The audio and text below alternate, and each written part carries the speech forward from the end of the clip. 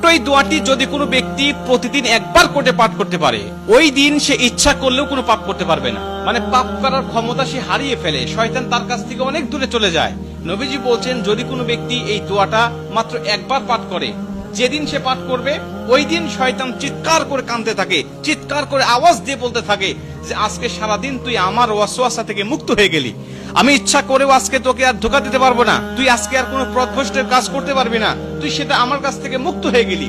মানে এই দোয়াটার এতটাই পাওয়ার, এতটাই ক্ষমতা আল্লাহ পাক দিয়ে দিয়েছেন। অতএব আমরা এই দোয়াটা মুখস্থ রাখবো, ছোট্ট একটি দোয়া মুখস্থ করে প্রতিদিন আমরা তেলাওয়াত করব। আমরা কিন্তু অনেকেই আছি পাপ ছাড়তে চাই, কিন্তু আমরা এমন কিছু দেখি বা এমন কিছুর সম্মুখীন আমরা হয়ে যাই, ওটা দেখার পরে আমরা নিজের উপরে নিজের কন্ট্রোলটা হারিয়ে ফেলি, তখন আমরা পাপ করতে বাধ্য হই বা পাপ শয়তান আমাদেরকে করিয়ে ফেলে। এজন্য যদি আমরা প্রতিদিন অন্তত ফজরের নামাজের পরে এই দোয়াটা যদি পাঠ করতে পারি, তাহলে আমরা কিন্তু শয়তান থেকে মুক্ত থাকবো ওই দিন সারাদিন। আর শয়তান থেকে মুক্ত থাকার কারণে আমরা ইচ্ছা করলে ওই দিন পাপ করতে পারবো না। নবীজি এই দোয়াটা শিখিয়েছেন, আউযু বিল্লাহিল আযীম, আউযু বিল্লাহিল আযীম ওয়া বিওয়াজহিল কারীম ওয়া সুলতানিহিল কাদিম মিনাশ শাইতানির রাজীম।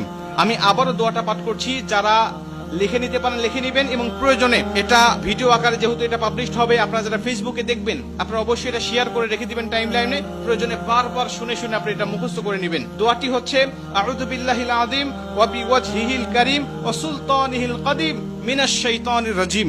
এই দোয়াটা আপনি মুখস্থ করে নেবেন, আর এই দোয়াটা পড়ার কারণে কিন্তু শয়তান থেকে আপনি মুক্ত থাকবেন। আর শয়তান যেহেতু আমাদের প্রকাশ্য শত্রু, এই শয়তান কিন্তু আমাদেরকে জাহান্নামে নেওয়ার জন্য, জান্নাত থেকে আমাদেরকে বিরত রাখার জন্য বারবার চেষ্টা করছে।